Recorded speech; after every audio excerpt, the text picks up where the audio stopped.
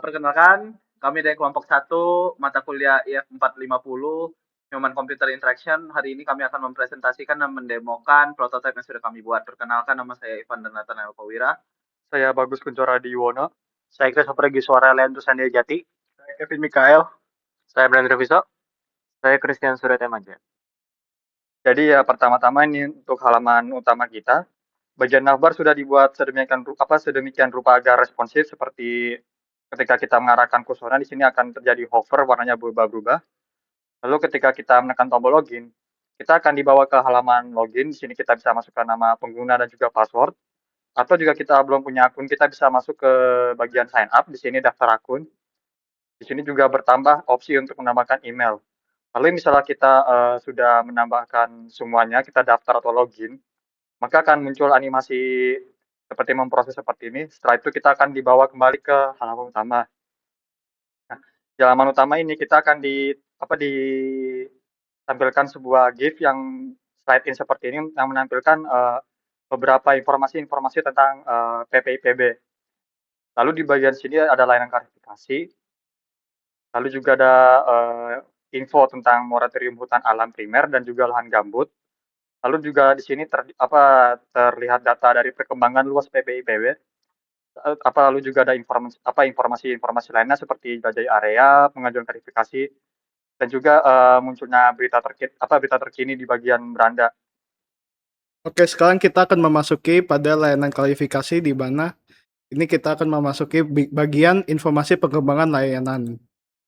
Nah, di sini kita bisa mencari surat untuk keperluan website-nya, keperluan kita. Untuk sekarang ini tidak ada data surat, jadi ditulis seperti ini. Dan kita akan lanjut kepada bagian informasi layanan klarifikasi. Kemudian, pada halaman informasi layanan klarifikasi, terdapat 3 tombol untuk survei lapangan, mekanisme klarifikasi hak atas tanah, dan mekanisme klarifikasi pengecualian. Ketika survei lapangan ditekan, maka muncul 2 pilihan halaman lagi, yaitu untuk lahan gambut dan untuk hutan alam primer. Ketika teks diklik, akan menuju ke informasi mengenai mekanisme klarifikasi survei lahan gambut.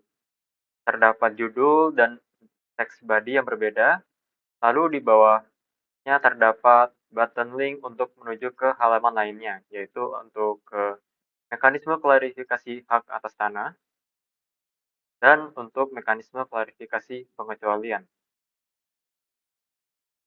Selanjutnya akan masuk ke bagian pelajari.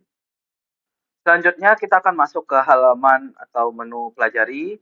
Di sini kita ada menu pelajari PIPIB. Di sini ada 3 subhalaman yaitu kebijakan PIPIB, proses revisi PIPIB, dan sejarah kebijakan PIPIB.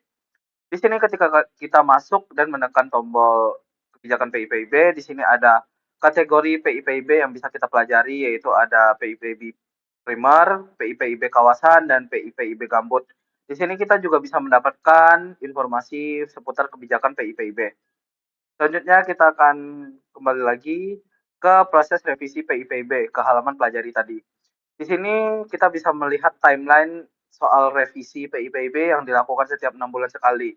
Di sini tampilannya sudah mengikuti prinsip Golden Rules yang sangat konsisten di sini.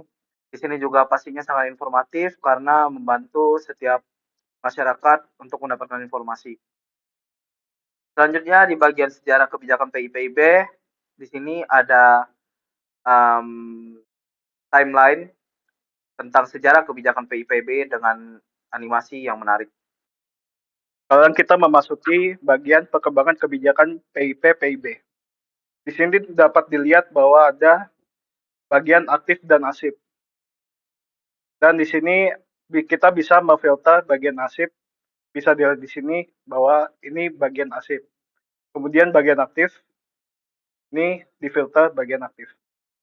Kemudian di sini ada pemilihan tanggal, yaitu 2025, 2023, 2021, dan 2022. Kita bisa memilih tanggal yang kita pilih, yaitu seperti 2023. Bisa dilihat di sini. Kemudian masuk ke berita terbaru. Oke, ini adalah tampilan untuk halaman berita terbaru. Di sini pengguna dapat melihat update berita, terutama berita-berita dari Kementerian Kehutanan.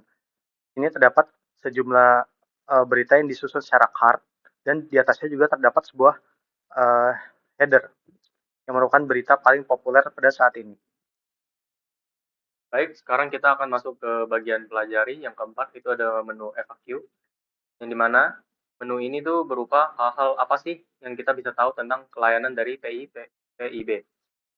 Kayak berupa informasi-informasi gitu, kayak pertanyaan apa sih itu Simontana, terus juga tujuan website ini tuh apa, dan juga pastinya ada data-data dan juga informasi tentang kehutanan, seperti informasi data kawasan hutan, statistik kehutanan, kemudian juga informasi konservasi alam, dan sebagainya. Nah, kemudian kita memasuki halaman statistik.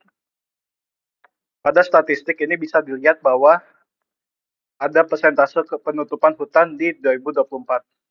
Seperti pada Papua Barat itu terjadi 94% penutupan hutan. Kemudian Papua Tengah itu terjadi 92%, dan seterusnya. Lalu kita akan memasuki halaman peta. Kemudian di opsi peta, ada dua pilihan, yaitu peta yang pertama itu peta interaktif.